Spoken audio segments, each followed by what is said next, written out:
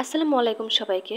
বাচ্চাদের মস্তিষ্ক ও শরীর গঠনের সহায়ক 7টি দেশি মাছ সম্পর্কে আজকের ভিডিওটি।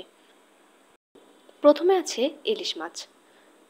ওমেগা 3 ফ্যাটি অ্যাসিড, প্রোটিন এবং ভিটামিন ডি সমৃদ্ধ। এটা বাচ্চাদের মস্তিষ্ক বিকাশে সহায়ক। তবে ছোট বাচ্চাদের ক্ষেত্রে কাটার জন্য একটু সাবধানতা অবলম্বন করা জরুরি। পুষ্টি এবং স্বাদের দিক থেকে ইলিশ মাছ শুধু শিশু নয়, ছোট বড় সবারই অনেক পছন্দের একটি মাছ। মাঝে মাঝে আমরা বাচ্চাদেরকে ইলিশ মাছ দিব। এরপরে আছে কই মাছ। কই মাছে আছে আয়রন এবং প্রোটিন, যা দুর্বলতা কাটাতে এবং শরীর মজবুত করতে খুবই সাহায্য করে। তাছাড়া এটি রোগ প্রতিরোধ ক্ষমতা বাড়াতে সাহায্য করে।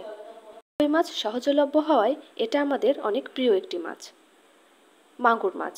মাগুর মাছ হজমে সাহায্য করে, প্রোটিন সমৃদ্ধ এবং দুর্বল শরীরের জন্য খুবই ভালো। শিং মাছ। শিং মাছ সহজে হজম হয়, আয়রন ও ক্যালসিয়াম আছে। শিং মাছ ঠান্ডা কাশির জন্য খুবই ভালো। এরপর আছে পাবদা মাছ। পাবদা মাছ হালকা এবং কাঁটাও কম, এজন্য শিশুদের জন্য এটা খুবই ভালো।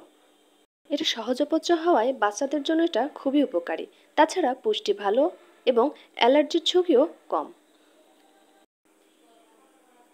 এরপরে আছে ট্যাংরা মাছ। ট্যাংরা মাছ খুবই জনপ্রিয় এবং মজাদার একটি মাছ। হালকা ঝোল করে রান্না করলে বাচ্চাদের জন্য এটি আদর্শ খাবার হিসেবে বিবেচিত এবং এটি সহজে হজম করা সম্ভব। মাঝে মাঝে বাচ্চাদেরকে ট্যাংরা মাছ দিবেন, এটা রোগ প্রতিরোধ ক্ষমতা বাড়াতে সাহায্য করে। সবশেষে আছে চিতল মাছ। কাঁটা কিছুটা বড় হলেও বেছে খাওয়ালে বেশ উপকারী এবং সুস্বাদু।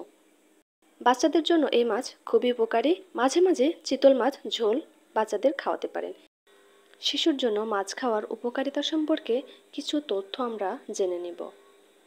মস্তিষ্ক বিকাশে সাহায্য করে, কারণ মাছে থাকে ওমেগা 3 এবং ফ্যাটি অ্যাসিড। মাছ খেলে দৃষ্টিশক্তি ভালো থাকে, কারণ মাছের মধ্যে ভিটামিন এ এবং ডি পাওয়া যায়।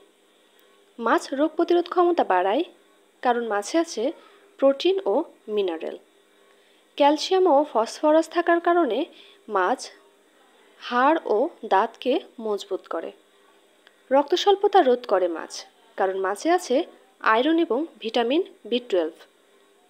মাছ হজমে সাহায্য করে, কারণ মাছ হালকা ও সহজপাচ্য খাবার। তাছাড়া মাছ দৃষ্টিশক্তি বাড়ায় এবং রোগ প্রতিরোধের ক্ষমতা বাড়ায়, কারণ মাছে থাকে প্রচুর পরিমাণে প্রোটিন। এই মাছগুলো সাধারণত দেশি এবং সহজলভ্য। আপনি আপনার বাচ্চার বয়স, স্বাদ এবং খাবারের অ্যালার্জি আছে কিনা সেটা অনুযায়ী যে কোনো মাছ বেছে নিন। সুস্থ থাকুন, শিশুকে সুস্থ রাখুন। ধন্যবাদ সবাইকে।